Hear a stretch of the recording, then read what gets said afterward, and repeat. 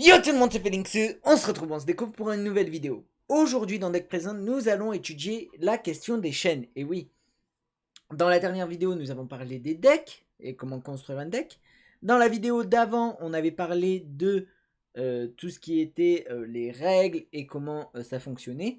Et justement, nous avons dit que nous ferions une vidéo spéciale sur les chaînes. Alors déjà, qu'est-ce qu'une chaîne?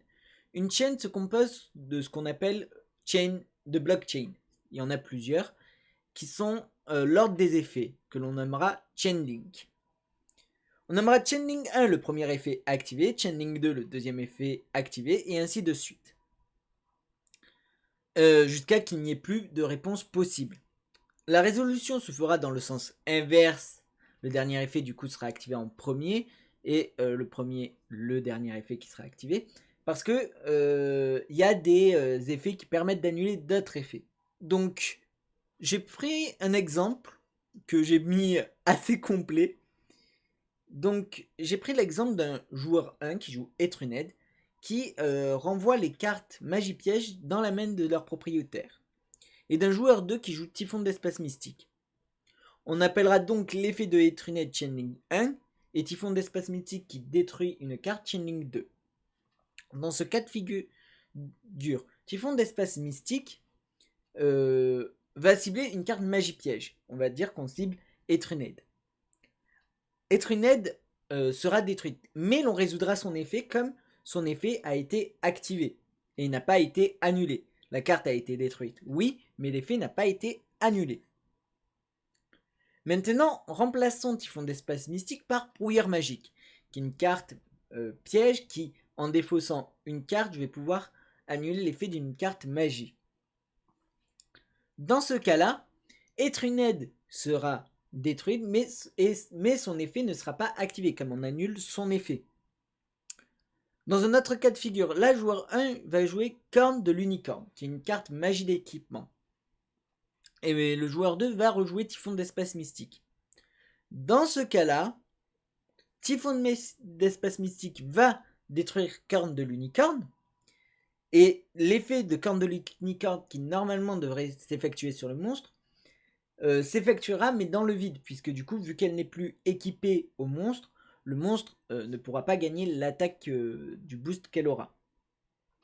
Donc, une carte détruite n'enlève en rien son effet, puisque l'on n'annule pas son effet précis.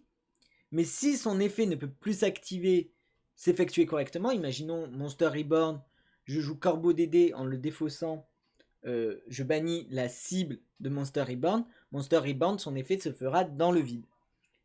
Et dans le cas où on annule un effet, par exemple, la personne joue Etruned, je joue Typhon d'espace mystique, elle répond avec Brouilleur magique, et ben on sautera le Chainlink de Typhon d'espace mystique. Du coup, Typhon d'espace mystique n'aura pas son effet ne s'activera pas. Bien sûr, on garde toutes les cartes qui vont être jouées, enfin tous les effets qui vont être activés vont devoir rester visibles pour que quand on va résoudre les effets en inverse, toutes les cartes vont être envoyées en même temps au cimetière. Ensuite, on va parler donc de quelques notions, quelques vocabulaires à avoir pour la suite de la vidéo. Le spell speed, c'est la vitesse de résolution d'un effet. Il en existe 3. Un spell speed peut répondre à un spell speed d'un niveau inférieur ou égal. Alors vous allez me dire, ouais, mais comment on sait que si c'est un spell speed 1, un spell speed 2 ou un spell speed 3? Ben c'est simple. Les spell speed sont les effets que l'on doit activer, les effets déclencheurs et les actions de magie. Sauf jeu rapide. Voilà, donc que tu joues une magie normale, une magie terrain, tant que c'est pas une magie jeu rapide, et ben ça va être du spell speed 1. En spell speed 2, ce sont les magies jeux rapides, les effets rapides des monstres et les cartes pièges, sauf les contre-pièges. Et le spell speed 3, donc il n'y a que les contre-pièges, et seul un contre-piège peut répondre à un contre-piège. Alors certains diront il y a un spell speed 4, ce sont les effets qui ne peuvent pas être annulés. Oui, mais c'est un peu plus particulier. Ensuite, on va parler du mistiming. Le mistiming, c'est le fait de manquer la fenêtre d'activation d'un effet. Ça va arriver quand on va par exemple résoudre la chaîne. Quand on résout une chaîne, si par exemple dans la chaîne on détruit un monstre sur le terrain et qu'une carte dit et invoqué si un monstre est détruit, il faut que le dernier effet soit la destruction du monstre. Puisque si c'est pendant la chaîne, il va y avoir les autres effets qui vont se faire. On termine la chaîne avant d'en commencer une autre. Et on ne peut pas rajouter un maillon au moment de la destruction du monstre. Donc le game state, l'état du jeu. Soit il est ouvert, soit il est fermé. Alors, comment savoir s'il est ouvert ou fermé? Quand il est ouvert, c'est quand on est en main phase, qu'on va invoquer, qu'on va poser, qu'on va changer la position des monstres en main phase, qu'on va attaquer en battle phase. Enfin, voilà, c'est cette partie-là. Tant que c'est disponible dans la phase, hein, bien évidemment. Et fermé lorsqu'on active des effets avec les différents spell speed. En effet, dès que je vais activer un effet déclencheur, on va commencer à rentrer dans une phase de jeu fermée. Et on a ce fast effect timing, donc c'est cet organigramme que vous voyez, que je vais vous détailler parce qu'il est facile à comprendre, parce que voilà, quand on connaît un peu le jeu, mais très difficile à comprendre quand on connaît pas. Alors, quand le jeu est ouvert, le joueur du tour peut réaliser 3 actions un peu différentes. Soit on va commencer par tout ce qui est à droite. Soit il va rien faire et il va dire je vais changer de phase.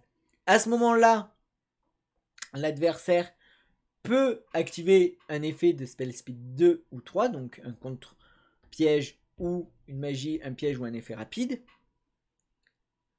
Dans le cas où on n'active rien, on se met d'accord si il peut passer à la prochaine phase. Si c'est le cas, on met fin à la phase. Si ce n'est pas le cas, le joueur, on retourne où le joueur peut avoir le choix de ce qu'il fait. Dans le cas où j'active un effet rapide, donc un spell speed 2 ou 3, on va activer la règle des chaînes, donc ce que je vous ai expliqué. Donc on va faire une chaîne, on va la désassembler. Donc je vais activer un effet qui va être un effet déclencheur en fait, puisque même que ce soit un effet de spell speed 2 ou 3, c'est un effet déclencheur. Le joueur du tour va pouvoir répondre lui par un effet de spell speed 2 ou 3 en réponse à mon effet. Ensuite, moi je vais pouvoir soit répondre à son effet, soit ne rien faire. Donc si je ne fais rien, on résout la chaîne, tant mieux. Si je fais quelque chose, ben on continue jusqu'à résoudre, enfin jusqu'à ce qu'il n'y ait plus de réponse possible. Donc, une fois qu'il n'y a plus de réponse possible, on résout tous les effets qui doivent se résoudre et on repasse à la phase de jeu ouvert. Donc ça c'est pour toute la partie à droite. Pour la partie centre, donc le joueur du tour va activer un effet de magie, de piège, un effet de monstre, bref, de n'importe quel spell speed. Et dans ce cas-là, ben, on va créer la chaîne, pareil, on va la résoudre. Et donc après la résolution de la chaîne, comme je vous ai expliqué tout à l'heure, si dans la chaîne, par exemple en chaining 3, je détruis un monstre et qu'il a une carte qui dit si un monstre a été détruit durant ce tour, il peut l'invoquer. Mais si la carte dit quand un monstre est détruit, invoquez-la spécialement, on va pas l'invoquer en chaining 3. On va attendre que ça soit résolu et on va lire l'effet de la carte.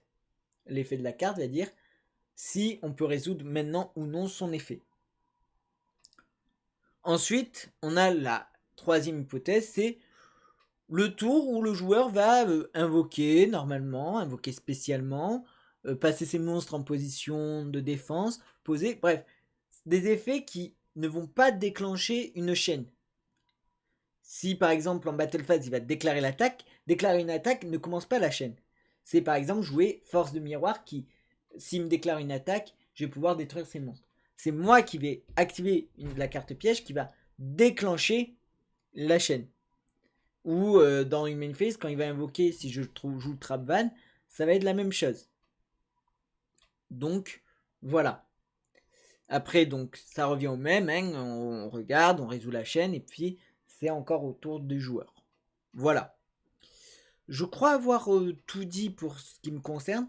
Si vous voulez une vidéo un peu plus complète qui dure assez longtemps, mais parce que la personne qui l'a faite est une personne qui a vraiment tout traité vraiment très précisément, je vous conseille les vidéos de Yorisama, où avec qui, enfin, c'est grâce à lui que je me suis un peu plus renseigné sur les chaînes, qui m'a intéressé à comment bien jouer au jeu. Et c'est aussi grâce à lui que j'ai pu écrire cette vidéo et sa vidéo sur les chaînes. Donc voilà, n'hésitez pas à aller voir sa chaîne et à aller voir la vidéo donc, qui sera dans la description sur les chaînes. J'espère que la vidéo vous a plu. Si c'est le cas, n'hésitez pas à liker, à vous abonner et à activer la cloche des notifications. C'était Phoenix, je vous dis à la prochaine. Ciao tout le monde. Bye bye.